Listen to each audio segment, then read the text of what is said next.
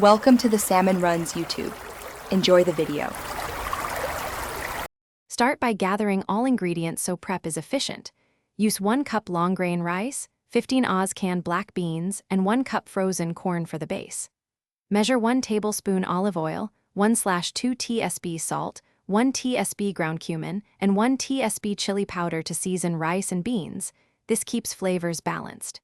Keep 1 avocado, 1/2 cup salsa, 1/4 cup chopped cilantro, and 1/4 cup lime juice nearby for finishing brightness. Also have optional toppings like 1/4 cup shredded cheese, or rinse 1 cup rice under cold water until clear. Then combine with 2 cups water, 1 tablespoon olive oil, and 1/2 tsp salt. Bring to a boil and simmer covered for 18 minutes, then rest 5 minutes.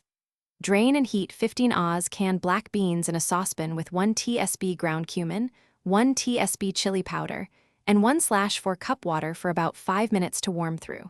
Fold 1 cup frozen corn into the beans, remove from heat, and stir in 1/4 cup lime juice and 1/4 cup chopped cilantro for a bright finish. To assemble, portion 1.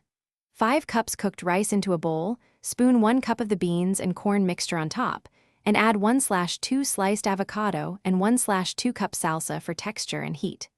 Top with 1/4 cup chopped cilantro, 1/4 cup shredded cheese, or 1/2 cup Greek yogurt if you prefer, and finish with a squeeze of lime for acidity. Season with salt if needed. Store leftovers in airtight containers for up to 4 days in the refrigerator or freeze single portions for up to 2 months. Thanks for watching.